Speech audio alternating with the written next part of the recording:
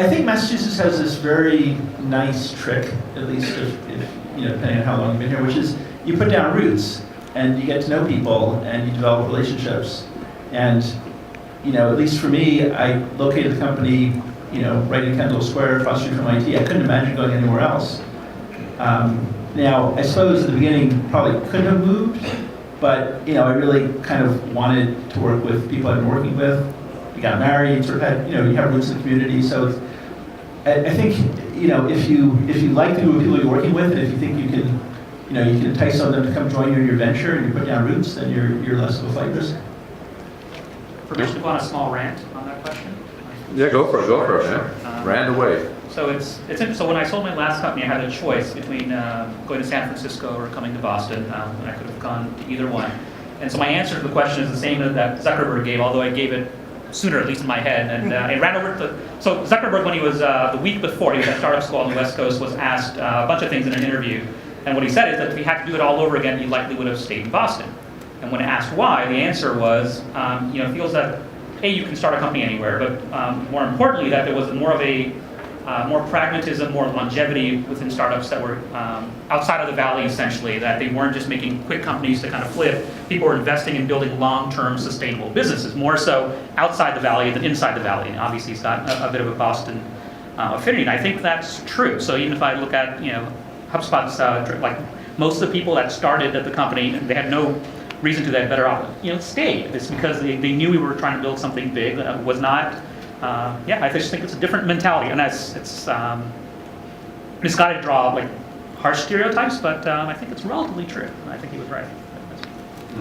I have a little more evidence. I mean, most of the people that started with us, starting 15 years ago, 10 years ago, are still here. So I think there is something. Maybe we're just. I always thought it was that it was colder, and so we weren't outside, meeting new people as much. Sorry, I didn't get that. So it's colder. California's very warm. Everybody's outside all the time and sort of making new friends. And so here it's colder. We stay inside. So there's less turnover in your company because of that? Walt, you moved here from California. Exactly. So why? You're crazy. I don't know. I'm completely insane. And a couple times I'll tell you when this wasn't working out, I was sure I was insane. But no, I did my time in the Valley. I have some great friends out there, great network, and but I'm from Boston. And at this stage of my life, this made a lot of sense. And the company was founded here. And I'm thrilled, that we were able to pull this off in Boston, a consumer media company in Boston. I mean, that was the scariest thing for me if this didn't work. This was 5.5 years ago. There was very little consumer media here. And now there's a lot of consumer media, particularly mobile. And it's wonderful to see. Another thing I think that Boston has, and in fact, I think that MassTLC did a study on this, I know they did, about successful acquisitions. It's kind of plays to the longevity of companies. Yep.